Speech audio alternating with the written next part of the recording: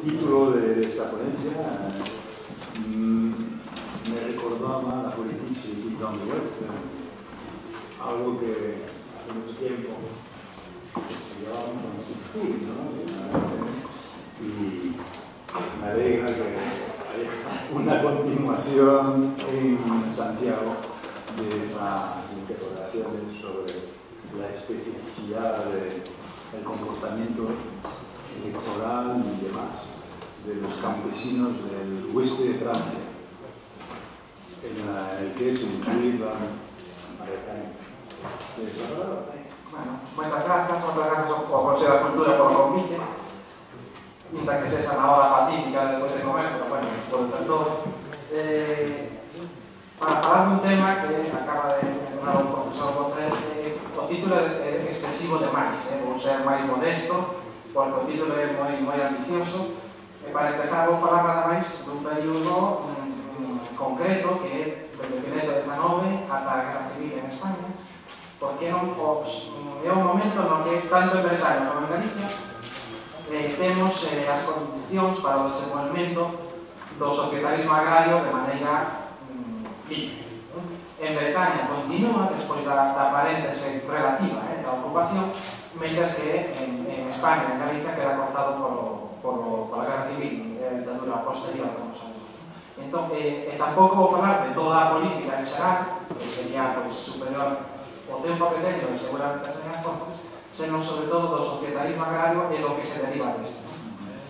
Isto é un exercicio comparativo, a comparación pode ser moi fructífera, eu sempre a recomendo, pero sempre hai un desequilibrio. No meu caso, pois que o caso galego coñezo bastante ben por as investigacións, o caso bretón coñezo por biografía secundaria, sempre teño a dúbida de se coñezo e manexo todas as aportacións recentes, sobre todo, sobre o tema. De feito, agradecería calquera sugerencia. Se alguén mira o texto provisional e me quere sugerir algo, estou disposto encantado de apoyarlo. Calquera comparación supón sacrificar os matices. En este caso, para mí é complicado na parte galega, porque a coñece demasiado ben, e na parte bretona, porque probablemente por motivo conocido. Pero vou facer o que poda para comparar Bretaña e Galicia nestes aspectos. No eido cultural, que de feito neste encontro tenemos expertos para analizar distintas facetas, no eido cultural hai moitas concomitancias, moitas influencias. No aspecto que vou tratar moitísimas menos. Para o agrarismo galego, Bretaña non foi un referente. Toda a prensa e toda a publicística enorme desde os anos 90 do 19 da Guerra Civil, de Bretaña falase moi pouco. Alguna mención dun autor, dun analista totalmente esquecido, que era Bartolomé Calderón, que vivía en París, en Francia, en Parisanoa, pero moi pouco. Os referentes internacionais do agrarismo galego son moitos. Irlanda, por esta confluencia da reivindicación nacional e a reivindicación pola terra, Dinamarca, nun tono menos épico, máis pragmático, polo éxito do seu modelo cooperativista, pero de Bretaña falase moi pouco. Incluso, se collemos sempre en Galiza de Castelao, un pouco a vulgata do galeguismo, finalmente, está Bretaña citada moitas veces, pero nunca por estas cuestións. Sempre está citada por aspectos religiosos, artísticos, nunca por cuestións referidas ao asociacionismo agrario, ao cooperativismo, etc.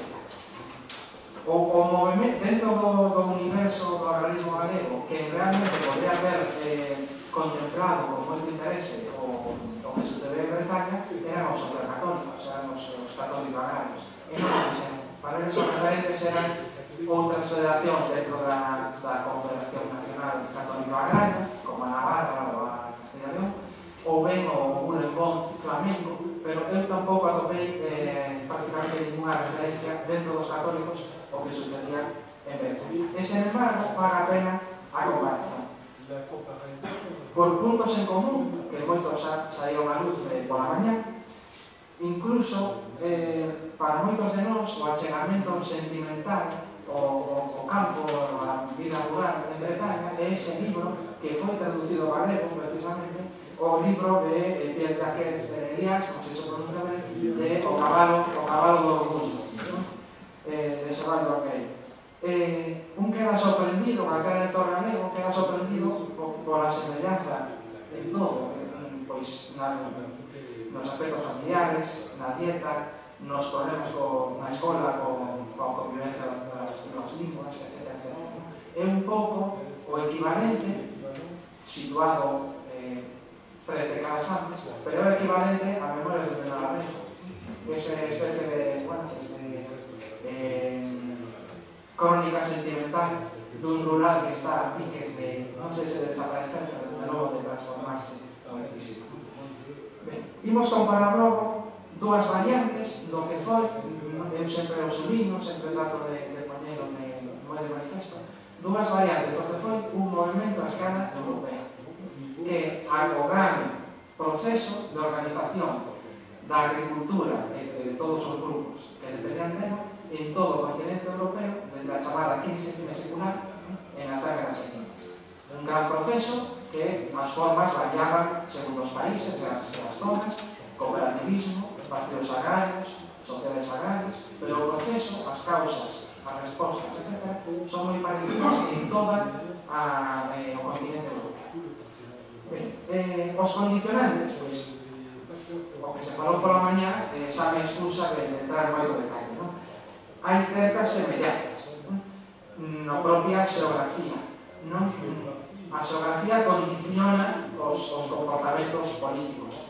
Non vou caer no determinismo, como fai Andrés Siegfried, que se acaba de citar. Andrés Siegfried, no seu libro sobre o comportamento político na Francia do Oeste, un libro fundamental, escrito en 1913, di que o granito vota a dereita e o calcario vota a esquerda. Bueno, eu non vou caer tanta exageración, porque non son xeógrafo, pero algo de verdade ten. Galicia e Bretaña comparten moito, entón a comparación tampouco é desorbitada. Podemos comparar Galicia e Bretaña porque comparten, acabamos de verlo, desde a Idade Moderna, hábitat disperso, alta densidade demográfica, un policultivo familiar que non exclúe a comercialización de determinados produtos. Son dúas zonas moi rurais e, ademais, que precisamente o mencionou o profesor de Iglesia, de Miro, hai unhas horas, no século XIX desindustrialízanse, tanto Galicia como Bretaña perden industria. Son máis rurais en 1900 que en 1200, porque debido ao devalo, a crise das industrias tradicionais, sobre todo o textil. Tanto no réxime de propiedade, de explotación da terra, en Bretaña temos esa mistura de propiedade con arrendamento, cunha forma peculiar de colonato que mencionou o profesor Saavedra, que é o domen conxeable. En Galicia temos o mesmo, máis algo matiz moi importante, o foro. O foro, ese contrato que ven na Idade Media, e que en Galicia vai estar vigente ata 1971, nada menos. É un contrato case xeolóxico.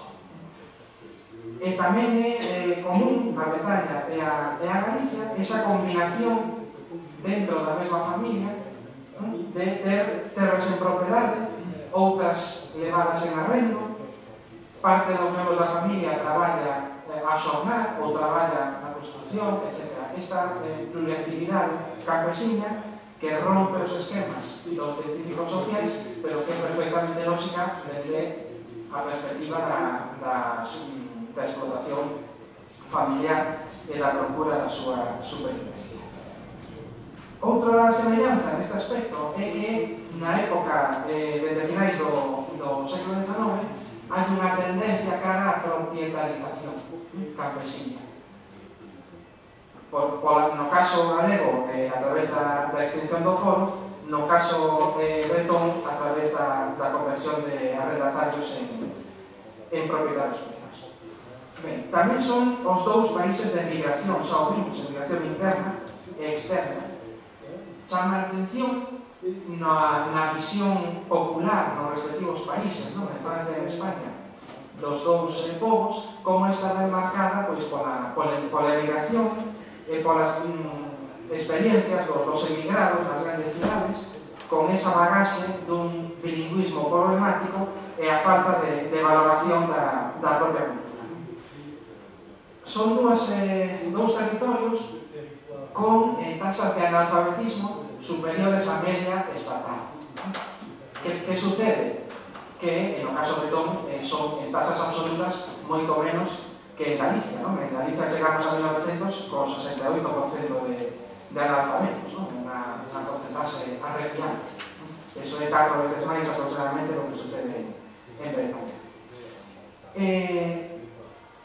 Isto reflexa, por unha banda, o decalaxe rural-urbano, a escolarización, pero tamén a inadecuación do sistema escolar ás peculiaridades locais, sobre todo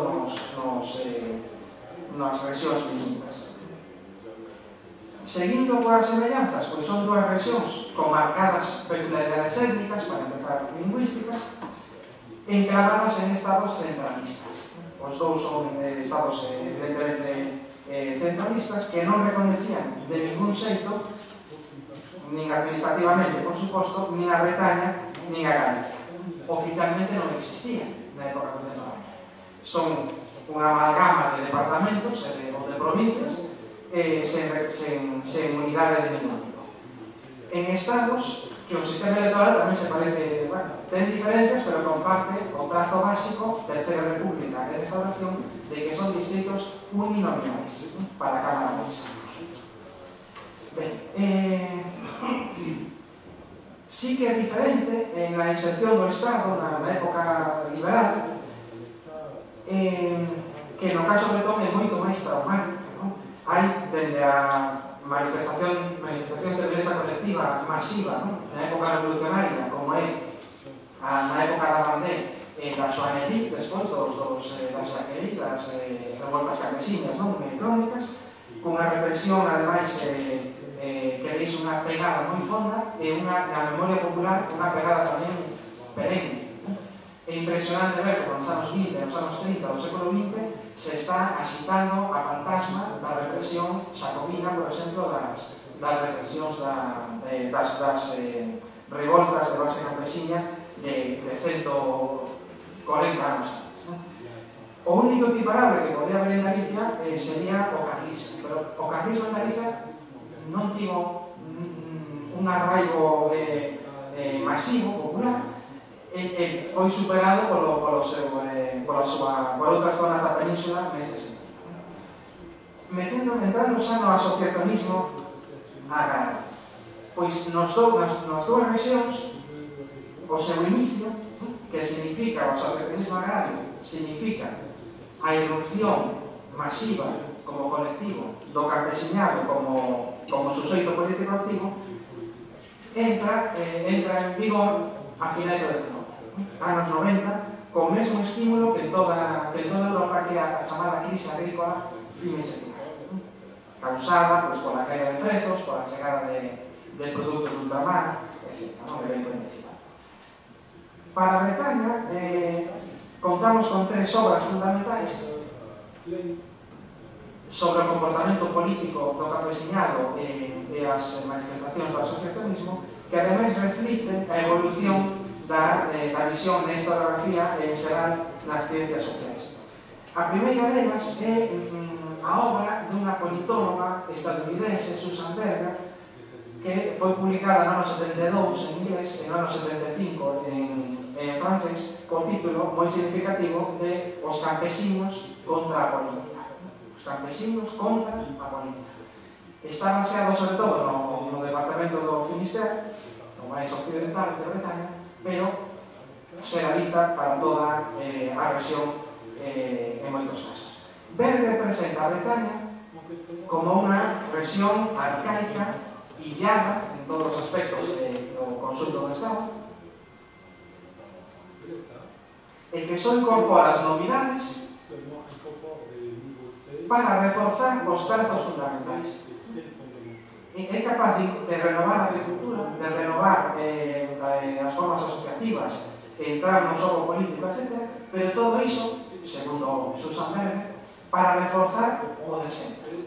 O policultivo centrado na subsistencia, unha sociedade xerárquica e diferente cara as xerarquías da nobreza e do clero, o catolicismo como no ADN bretón, etc.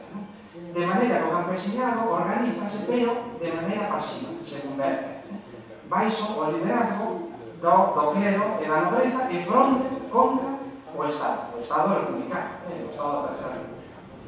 Por lo tanto, sería para Berger todo o movimento asociativo que estuda sería un movimento no fondo defensivo, unha reacción para manter o Estado fora de Bretaña. Ben, e a expresión doutrinal de todo o que estamos comentando sería o corporativismo. A idea dunha organización profesional fora da política e que uniría a todos os grupos ao redor da agricultura cos intereses comuns máis alá de que fosen propietarios, arrendatarios, grandes propietarios, jornaleiros, etc. Ben, o libro de Berger é magnífico, é un gran traballo empírico que por suposto non vimos dar cifras aquí, pero analiza como sube todo o cooperativismo, as federacións, etc. Pero é un libro moi superado teóricamente, porque parte da teoría en boga nos anos 70 que era a teoría da modernización. Nela, o campesiñado tería un papel meramente pasivo, sería carne de cañón, masa de maniobra para grupos da élite social con intereses distintos, que o manejaban. 20 anos despois, Caroline Ford, unha historiadora estadounidense tamén, no ano 93, publica un libro moito máis acaído, penso eu, da súa visión. Vou citar o título non de memoria, Creando a nación na Francia provincial, religión e identidade política en Bretaña, no que se dá unha visión totalmente distinta da Bretaña da Terceira República. Porque para Caroline Ford, os conflitos religiosos, e aquí vai, por suposto, integrado o conflito escolar, que é a primeira mención, os conflitos religiosos vehicularon en Bretaña o seu proceso de inserción na identidade nacional. A loita ao redor dos conflitos religiosos, do problema escolar, da separación da Igrexa do Estado de 1905, do Affaire Dreyfus, etc., foron, digamos, o vehículo, o mecanismo de inserción da identidade bretona na identidade nacional, poñendo en evidencia os venceiros entre os problemas locais e os problemas a escala estatal. E ademais, para nestes conflitos religiosos, que tradicionalmente se verían como unha manifestación de que os bretóns non estaban, digamos, estaban noutra onda, estaban a marxe da identidade común francesa, pois estes conflitos religiosos, para posicionarse neles, en Bretaña desenvolveranse todos os mecanismos, as ferramentas, a utillarse da política moderna. Os partidos modernos, o mitin, a prensa, etc. O sufragio, etc. De maneira que, para Caroline Ford, na Terceira República, o que sucede en Bretaña é que a poboación, a masa da poboación, incluído o campesinado, apropiase do vocabulario, dos conceptos da política moderna, para defender a súa maneira de ser franceses, unha maneira peculiar de ser franceses, pero de ser franceses.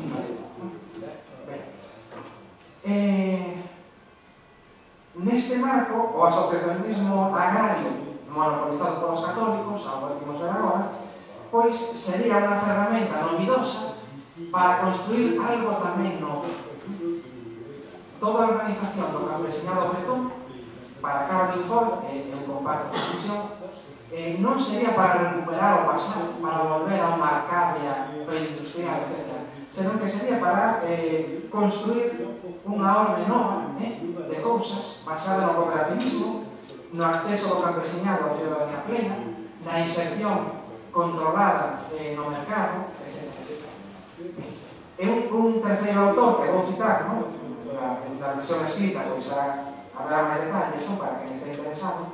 Máis recente, David Ben-Susan, que fai un análise magnífica das dereitas bretonas no período entre guerras, coincide co punto de vista de Foucault, de Carmen Foucault.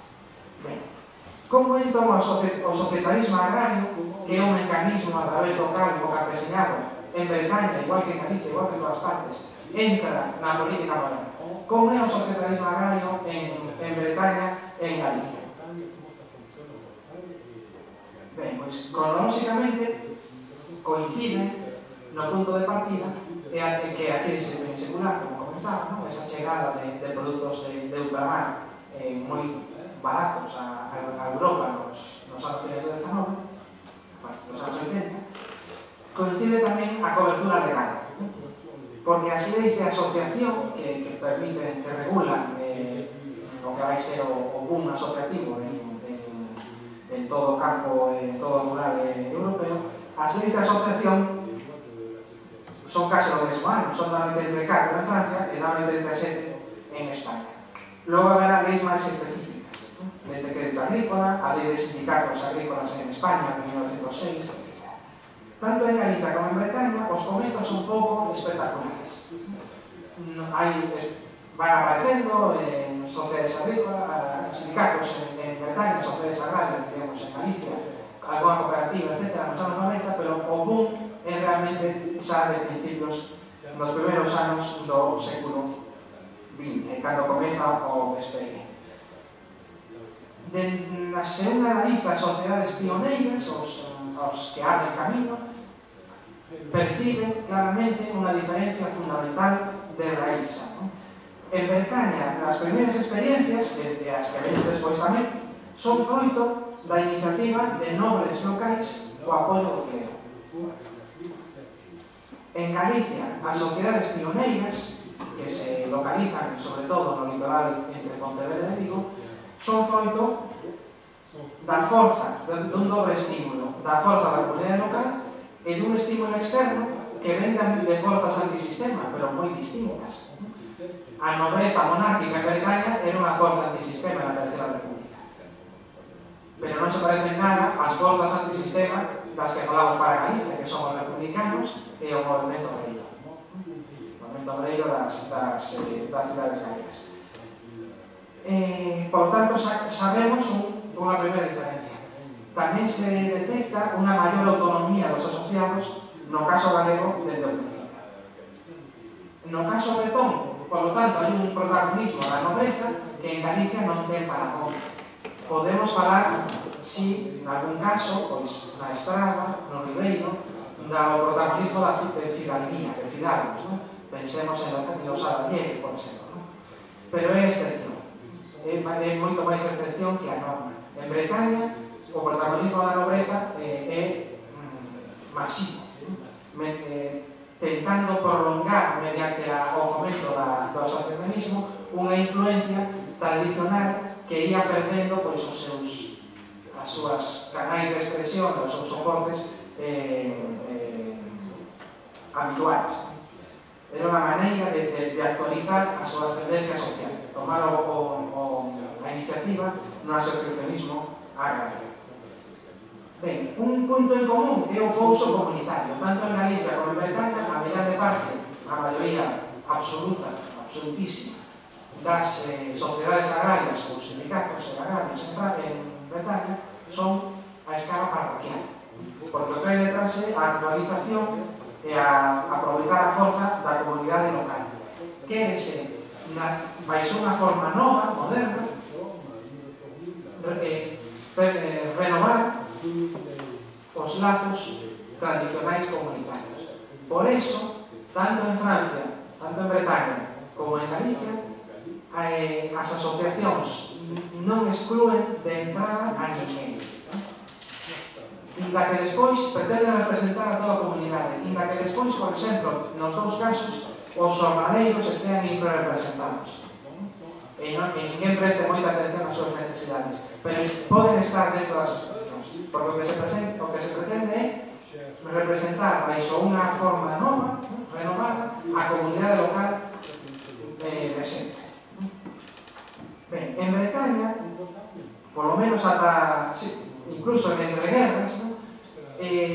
O panorama asociativo está marcado polo que David Ben-Susan, este autor que mencionei antes, denomina o bloque agrario, unha especie de coalición da nobreza, o clero e o campesiñano ao redor do catolicismo, ¿no? Que moldea a visión do mundo, ¿no?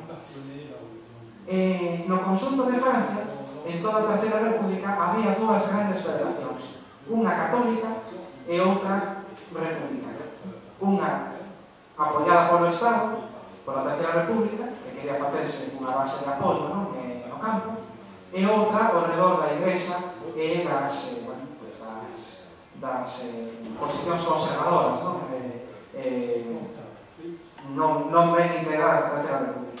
Había dúas grandes federacións macro que agrupaban a todos os sindicatos locais e demais, que se denominaban atenistas ou xermanistas pola rúa de París na que estaba a súa sede.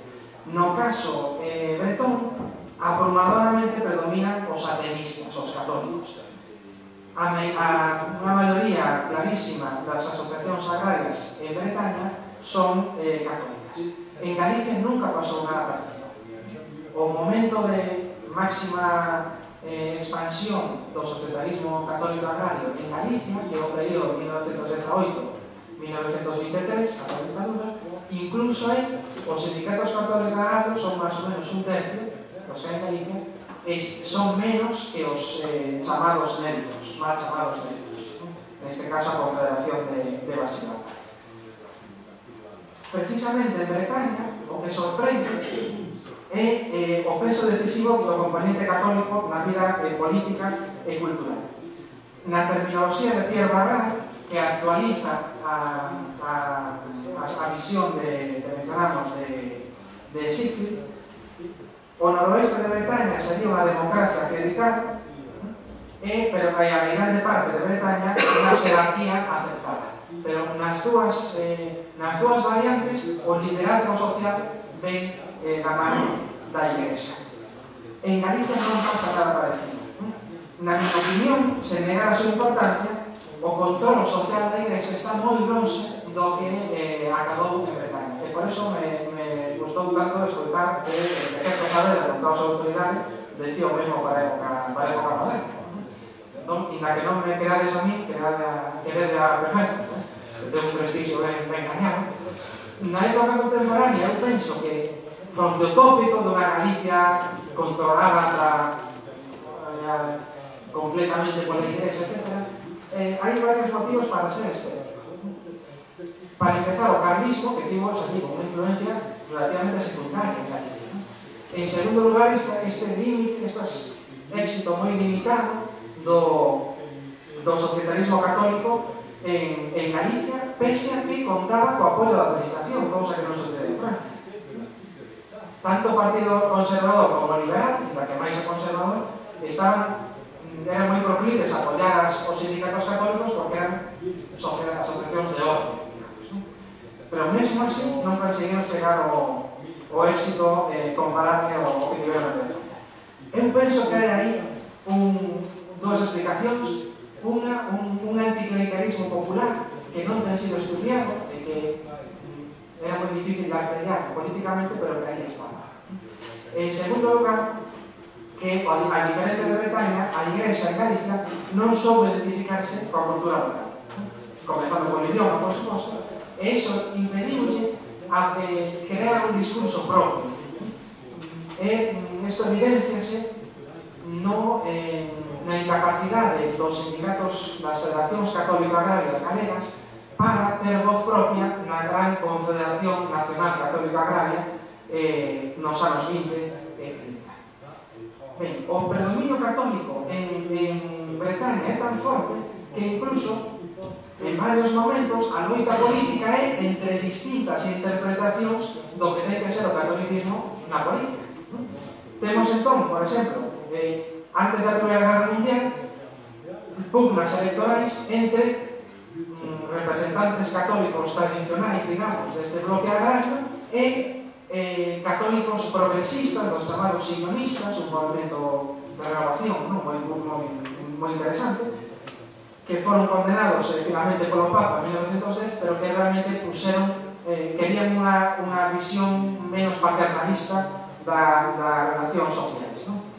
E despois, en época de entreguerras, apareceu unha federación distinta de los chamados cultivadores directos, non sería, que defendían sindicatos nos que non estivesen presentes os grandes propietarios. Entón, como digo, en Bretaña incluso a loita política moitas veces non é só contra os republicanos ou contra os socialistas, que eran minoritarios na región, senón dentro do bloque católico. En Galicia, os sindicatos, o movimento católico agrario, mantivo unha disciplina férrea, monolítica, pero esta tranquilidade levou aparellado un prezo que foi o prezo da esclerose, a supresión de persoas e de ideas innovadoras. Ben, outro aspecto no que se ve a diferencia é o tema da emigración. Nos dous casos houve moita emigración, pero polo menos, salvo que me corrisa, non vexo mencións a que no asociacionismo agrario bretón houvese protagonismo dos retornados, dos emigrantes que están no estranxeiro ou en París volven con ideas novas, etc. En Galicia sí, importantísimo, menos precisamente nos católicos, que desconfiaban da figura do retornado e mantiveron esa inercia paternalista. Vou aproveitar con certo atrevemento para lanzar unha hipótese que me ronda a cabeza desde hai tempo, pero que non sei se ten moita base. Para Bretaña, pero para moitos máis lugares, foi sinalado a convulsión da Primeira Guerra Mundial, o que supuso en todos os ámbitos, entre outros no aspecto dos cambios no campo, pola aparición do que Pierre Barral denominou a xeración da fronte. Eses mozos que pasan uns anos na trincheira, que teñen experiencias moi duras, que coñecen unha realidade máis ampla e que a volta presentan as características comuns que os diferencian da xeración anterior. Por exemplo, a impaciencia coas jerarquías tradicionais, incluso familiares, pero tamén religiosas, sociais, etc. A preferencia pola acción directa, o desafío ás formas de asociación máis paternalistas, etc. Isto é a xeración da fronte que atopamos en Baviera, que atopamos en Bretaña, que atopamos en moitos lugares. Estes cambios que se notan entre guerras, por exemplo, na aparición en Bretaña con bastante forza do bolchevismo, do comités de defensa campesina, que eran unha organización, bueno, parafascista, podemos decir, de acción directa, etc. Notase tamén que cada vez hai máis campesinos de verdade nas directivas e a niveis máis altos. Estes cambios, para mí, en Galicia, non chegan da Primeira Guerra Mundial, porque non participou España nela, directamente, pero sí que chegan a través da emigración. Ese cambio na mentalidade masivo da poboación, en particular dos labregos, non chega a través das trincheiras, lógicamente, senón que en Galicia o equivalente máis próximo é a inmigración. Ben, e tamén en Galicia se detecta nos anos 20 como cada vez hai máis labregos de verdade, coas mans encallecidas, como dirían eles, nas directivas, nas sociedades, e sobre todo a nivel federativo agrario. Porque un movimento agrarista xa levaba varias décadas, adquirir a capacidade para crear o seu propio liderazgo e ademais estaba ao aporte da experiencia migratoria. Un aspecto tamén que me gustaría determe nel, inda que se vai tratar, espero, polo miúdo na seguinte intervención, é a relación dos respectivos nacionalismos co societarismo agrario. Tanto o nacionalismo bretón como o nacionalismo galego son ruralistas, pero iso non quere decir nada, porque absolutamente todos os nacionalismos son ruralistas. Costaríame atopar alguna excepción, sempre hai excepcións a todo, pero tenemos que darle moito a imaginación para atopar unha. Todos os nacionalismos son ruralistas. no campo onde está as peculiaridades mantidas, expresadas na súa máxima pureza, o idioma, a cultura, a música, é un discurso que está presente en todos os nacionalismos, e estes dous non son unha excepción. Pero claro, unha cousa é dicir que o campesino, exaltalo, louvalo, como manter a etnicidade na súa maior pureza, etc., e outra que se atopase unha conexión práctica e unha maneira de cinguir a reivindicación labrega coa reivindicación nacional, que se logrou en Irlanda. En Bretaña isto non se conseguiu de ninguna maneira. Falará disto xente máis autorizada que a mí, pero o nacionalismo en Bretaña é unha cuestión cultural. Cando ve a socioloxía das asociacións nacionalistas son estudantes, pequena burguesía, etc. Non hai campesinos. En Galicia costa moito, hai esta aspiración, porque todo o mundo sabe das irmandades que a única esperanza de convertirse nunha formación de masas realmente viable electoralmente son os labregos, hai as sociedades agrarias, e hai uns contactos bastante intensos. Saben da época das irmandades, que na época do Partido Organista estaban empezando a dar uns froitos que o ano 36 cortou como moitas outras cousas. Entón, a conexión agrarismo e nacionalismo, no caso galego, pois, levaba unha trayectoria bastante esperanzadora, no caso bretón, prácticamente non pasara da primeira casilla. Ben, para ir rematando xa, dúas cuestións máis. No tema do cooperativismo, en Bretaña os logros foron moito maiores. Houbo, en fin, non vou dar cifras, porque non quero abusar da paciencia, non? Pero incomparablemente máis avanzado os logros cooperativistas en Bretaña, e sobre todo a creación de grandes centrais cooperativas, non? É un pouco antecedente do que se nos comentou agora, na intervención anterior. De feito, en 1906 crease unha gran oficina central en Landerneau que vai centralizar os esforzos das cooperativas e das federacións locais. Por que en Galicia o cooperativismo non chega tanto? Pois hai varias explicacións, podemos debatir sobre iso. Hai unha que reforzaría unha tese que se ten expresado con carácter global, que é que onde o cooperativismo sempre arranca con retraso, ali onde hai unha cuestión da terra aberta. En Galicia, os cartos, os esforzos, a movilización, todos estes esforzos foron para o foro. Para o foro, que foi unha cuestión aberta, ata 1926, e se queremos incluso un pouco, xa con menos intensidade, na propia República. Ben, xa para rematar, o capítulo final desta panorámica, durante a ocupación, o goberno colaboracionista de Vichy fomentou a chamada, creou a chamada Corporación Peixán, que é unha gran corporación que agruparía todas as formas de asociacionismo preexistentes. Esta corporación campesina tivo máis arraigo ali onde había xa unha tradición corporativista e unha tradición previa tamén anti-republicana. Bretaña, con estes antecedentes, foi un dos casos onde a corporación campesina de Vichy atopou unha base bastante sincera, non foi simplemente unha imposición de Villagrina. E de feito, a oficina central católica de Landerneau que mencionamos asumiu o papel incómodo de intermediaria en toda a política de requisas, de cuotas, de entregas obligatorias aos alemanes, etc. Eso sí, os católicos bretóns eran corporativistas, pero era un corporativismo distinto do corporativismo pseudofascista de Vichy, porque o corporativismo de base católica sempre un corporativismo feito a marxe do Estado, para que era un organismo para dialogar co Estado. O corporativismo fascista é un mecanismo para subordinar o socialismo ao Estado, que é algo moi distinto.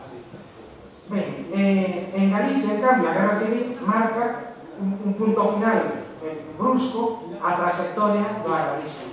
bueno, hai algún punto de continuidade, sobre todo cos sindicatos católicos, que van loitar hai unha pugna aí cos elementos máis fascistas do régimen, nos anos 40, pero en todo caso o agrarismo como tal desaparece no 36. Esta é a gran diferencia, porque despois da liberación en Bretaña púdose retomar toda a inercia, toda a aprendizaxe colectiva, todas as experiencias, toda a aprendizaxe de décadas pudo retomarse, perfeccionarse, marcar ademais pola emerxencia dunha nova mentalidade entre a mocedade rural artellada ao redor dun movimento de acción social católico moi interesante que é a Jeunesse Agricole Catholique, fundada en 1929, a mocedade agrícola católica, que é un movimento que vai renovar todo o asociacionismo, o cooperativismo bretón na posguerra. Hai, por lo tanto, unha continuidade. Despois dunha paréntese parcial, que son 4 anos, nada máis, baixo a ocupación nazi, retómase o de antes. De feito, nesta acción directa vimos alguna foto de tractoradas e podíamos ter fotos tamén, bueno, teríamos tamén fotos de destruccións de colleitas, de asaltos a camións e cousas así. Hai un gusto pola acción directa nos anos 60 en Bretaña que algúns autores vencellan con estes comités de campesinos de ideoloxía, estes pseudofascistas dos anos 30. En todo caso, hai unha continuidade. Todo o que se avanzou e todo o que se aprendeu colectivamente desde os anos 90 en Bretaña deu froitos. Parte desta pode ser parte da explicación do que se nos comentaba esta mañá de como o sector agrario de base cooperativa en Bretaña aínda hoxe mantén unha forza moi notable, que aquí contemplamos como inglesa. Por que en Galicia non se produciu isto? Pois porque temos unha paréntese non de 4 anos, senón de 40. Cando se retoma a vía do cooperativismo e do societarismo agrario en Galicia, faise case partido de cero. Hai un oco de 2 xeracións que é moi complicado recuperar, e como digo, aquí pode radicar nesta trayectoria divergente a partir de 1940, pode radicar parte da explicación da trayectoria tan distinta da Bretaña e da Galicia desde o punto de vista agrario que nos comentaban o profesor Fernández Prieto e del Riego. Por lo tanto, como en todo, semellanzas, diferencias, pero a comparación sempre pode axudarnos a entender a actualidade que para o que debería servir a historia. Moitas gracias.